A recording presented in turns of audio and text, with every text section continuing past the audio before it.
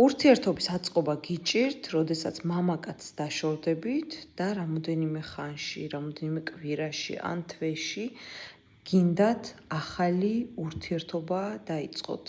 ალბათ დაკვირვებულ ხართ, რომ როდესაც ძალიან მძიმედ დაშორდებით ადამიანს და შემდეგ ცდილობთ, რომ ყურადღება გადაიტანოთ სხვა ადამიანზე, არაფერი არ გამოგდით, ან შეიძლება თავიდან ვითომ შეგხვდეთ ესეთი მამაკაცი, რომ ვაუ, გაკვირდეთ, ეს ძველებური სტრესიდან გამოსვლა მოინდომოთ, მაგრამ იგივე მდგომარეობა შეგექმნათ ამ მამაკაცთანაც და ხშირ შემთხვევაში უარესი მდგომარეობაც შეგექმნათ. მე სულ მუდმივად ვლაპარაკობ ენერგიებზე, რომ მთავარი არის წმენდის გაკეთება, მთავარია ენერგიის გასუფთავება ადამიანში. რატომ? თუ თქვენ არ გაიკეთებთ არა მარტო წმენდის რიტუალს, იქ არსებობს კიდევ თუ სექსუალური ურთიერთობა გქონდათ პარტნიორთან, არსებობს კიდევ ძალიან ბევრი ისეთი,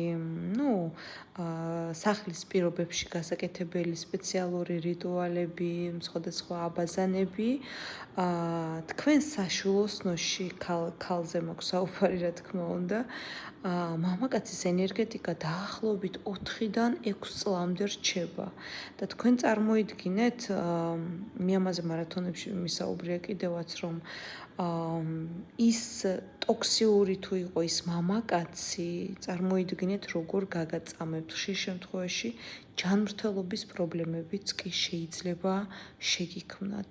ამისთვის არსებობს, გადასარევია თუ გაიკეთებთ, რა თქმა უნდა, წმენდის რიტუალს, იმიტომ რომ სულიერად, ჰარმონიულად, ენერგეტიკულად ყველანაირად გაიწმინდებით და ჩაეხსნებით და როდესაც სექსუალური ურთიერთობა აქვს ადამიანს, აუცილებელია, სპეციალური აბაზანები და პარალელურად მედიტაცია.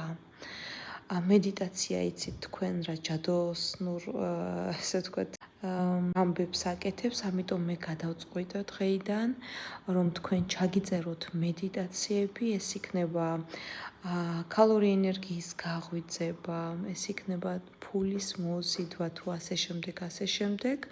ამიტომ რამოდენიმე საათში ჩემთან დაიდება ვიდეო, გადაბრძანდით, დაალაიქეთ, გააზიარეთ, მოისმინეთ და უფრო ვრცლად მედიტაციის შესახებ ვისაუბრებ ვიდეოში. დააკომენტარეთ თუ მოგეწონებათ, თუ არ მოგეწონებათ, ესეც დააკომენტარეთ და კიდევ რას ისურვებდით.